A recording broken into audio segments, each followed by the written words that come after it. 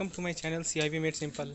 तो दोस्तों, आप लोगों की डिमांड थी कि आप लोग प्रीवियस ईयर क्वेश्चन करना चाहते हैं, जो कि पिछले साल क्वेश्चन में पूछे गए थे, हमारे एग्जामिनेशन में पूछे गए थे।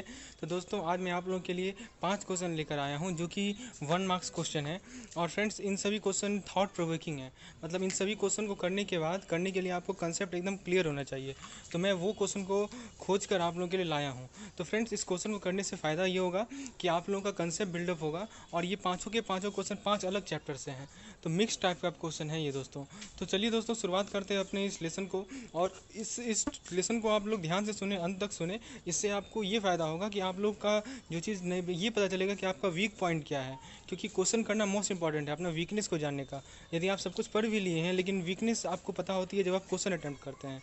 तो जब आप क्वेश्चन को अटैम्प्ट करें तो देखें कि आपका वीक पॉइंट क्या है, और उस वीक पॉइंट को और अच्छे से, उस वीक पॉइंट से रिलेटेड जो मेरे वीडियो है उसे देखें, और फिर उसे क्लियर करने का प्रयास करें। तो चलिए दोस्तों, देखते हैं अपना पहला क्वेश्चन। इस पहला क्वेश्चन में पूछा गया है कि USD पर INR स्पॉट रेट जो है वो दिया हुआ है 63.50, और 2 मंथ फॉरवर्ड रेट जो है वो दिया हुआ है हमें 63.70। तो पूछा गया है कि इनमें से कौन सा करेक्ट है। चलिए ऑप्शन नंबर 1 देखते हैं। Indian rupees it at premium. Option B है USD इज़ एट प्रीमियम।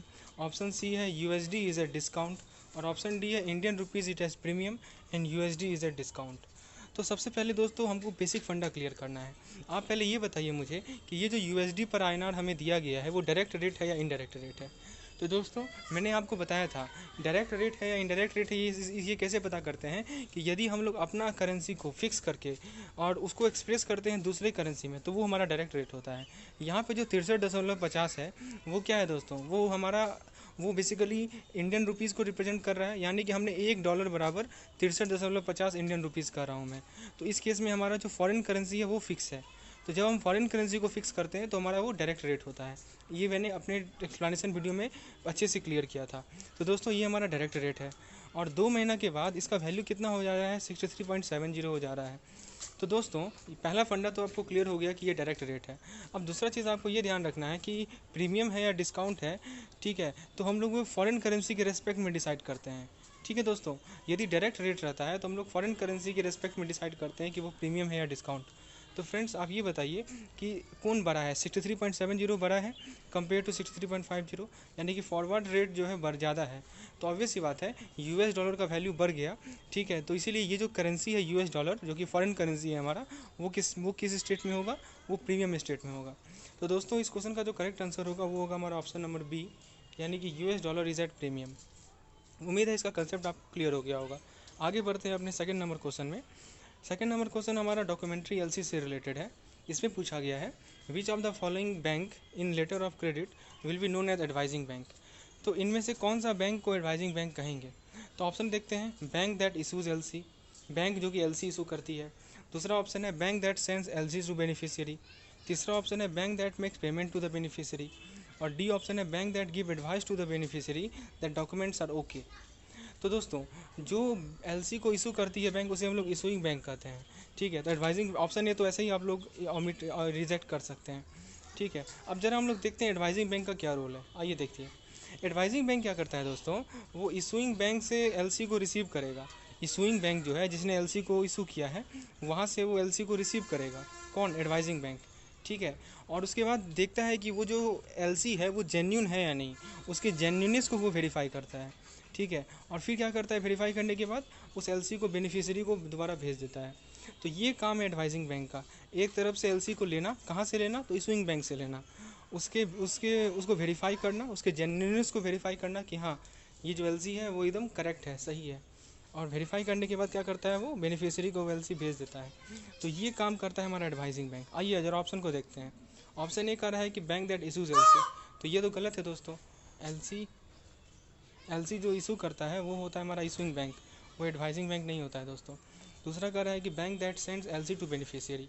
हाँ, ये ऑप्शन सही है दोस्तों। हमने देखा है कि एडवाइजिंग बैंक क्या करती है कि बेनिफिशियरी को LC भेज देती है। ठीक है, तो इस क्वेश्चन का जो करेक्ट आंसर होगा वो होगा हमारा ऑप्शन नंबर बी। जहाँ तक बात है आगे की ऑप्शन की, जिसमें बोला गया है कि जो पेमेंट करता है बेनिफिशियरी को, तो पेमेंट, एडवाइजिंग बैंक को पेमेंट से कोई मतलब नहीं है। ठीक है, चलिए, तो इस क्वेश्चन का जो करेक्ट आंसर होगा वो होगा हमारा ऑप्शन नंबर बी, आइए थर्ड क्वेश्चन पे बढ़ते हैं हम लोग आगे। थर्ड क्वेश्चन देखिए, हमारा जो टॉपिक है एक्सपोर्टर टू एंड इम्पोर्टर वाला, facilities to exporter to importer, उससे रिलेटेड है। इसमें पूछा गया है कि इनको टर्म्स में से DAF का क्या मतलब होता है। विद इन इनको terms the term DAF is represented by which of the following contract. तो दोस्तों जरा देखते हैं ऑप्शन को। Seller to deliver goods on ship at port of seller.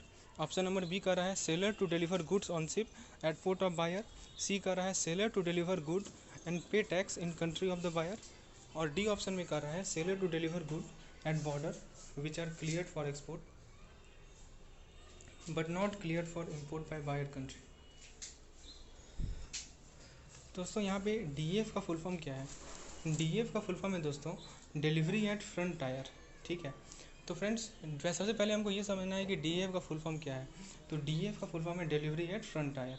तो दोस्तों ये फ्रंट टायर का क्या मीनिंग हुआ, ये फ्रंट टायर का मीनिंग हुआ बॉर्डर।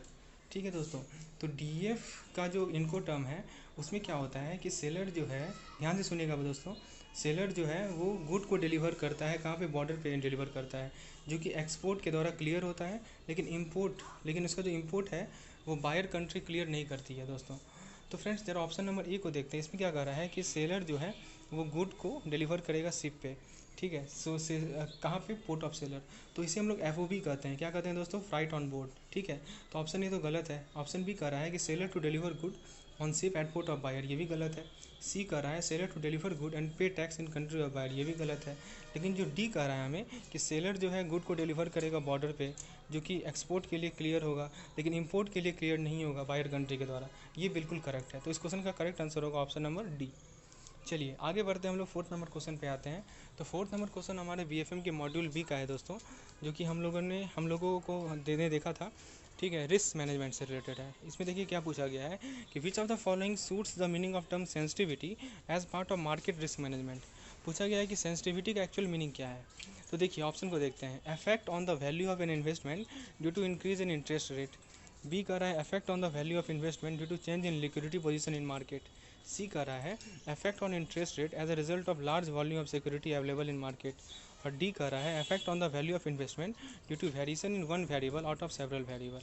तो दोस्तों मैंने मार्केट रिस्क जब पढ़ाया था आप लोगों को, ठीक है, उसका जिसका लिंक आपको डिस्क्रिप्शन में मिल जाएगा, तो वहाँ पे मैंने क्लियर कट समझाया था सेंसिटिविटी का क्या मतलब होता है। आइए फिर से समझ लेते हैं। देखिए जो भी इन्वेस्टमेंट है हमारा, ठीक है, या जो भी सिक्योरिटी है हमारा, हमने मार्केट में इन्वेस्टमेंट किया, हमारा सिक्योरिटी मार्केट में अवेलेबल है, तो उस पर क्या होता है, उस पर इफेक्ट होता है। किसका इफेक्ट होता है, कुछ वेरिएबल का इफेक्ट होता है। और वो वेरिएबल क्या करते हैं दोस्तों, वो वेरिएबल जो है उस इन्वेस्टमेंट के वैल्यू को चेंज कर देते हैं। ठीक है दोस्तों, so there are some variable which change the value of the investment। ठीक है, तो उनमें से सबसे इंपॉर्टेंट क्या है दोस्तों, उन सभी वेरिएबल में से सबसे इंपॉर्टेंट क्या है, इंटरेस्ट रेट। ठीक है, तो इंटरेस्ट रेट एक इंपॉर्टेंट वेरिएबल है जो कि क्या करता है कि हमारे इन्वेस्टमेंट के वैल्यू को चेंज करता है। ठीक है, तो अब देखिए हम लोग समझ रहे हैं सेंसिटिविटी क्या होता है। सेंसिटिविटी क्या होता है उसका डेफिनेशन देखिए यहाँ पे, effect of change in value of investment because of change in variable. मतलब इन्वेस्टमेंट के वैल्यू का में इफेक्ट होना, किसके कारण, वेरिएबल के चेंज होने के कारण। तो इसे ही हम लोग क्या कहते हैं, सेंसिटिविटी कहते हैं। तो जरा ऑप्शन को देखिए आप, ऑप्शन नंबर ए कह रहा है कि effect on the value of investment due to increase in interest rate, तो ये गलत है। ठीक है, केवल इंटरेस्ट रेट के कारण ही हमारा ये नहीं होता है दोस्तों। इंटरेस्ट रेट भी एक फैक्टर है, लेकिन उसके अलावा भी और भी कई फैक्टर हैं। दूसरा कह रहा है कि ड्यू टू लिक्विडिटी पोजीशन, तो ये भी गलत है। सी कह रहा है due to large volume of security, तो ये भी गलत है। लेकिन डी जो कह रहा है कि effect on value of investment due to variation in one variable out of several variable, ये सही है। बहुत सारे वेरिएबल हैं जो कि इन्वेस्टमेंट को इफेक्ट करते हैं, उनमें से किसी एक वेरिएबल के कारण जो इफेक्ट होता है उसे ही हम लोग सेंसिटिविटी कहते हैं दोस्तों। चलिए, तो इस क्वेश्चन का करेक्ट आंसर होगा ऑप्शन नंबर डी।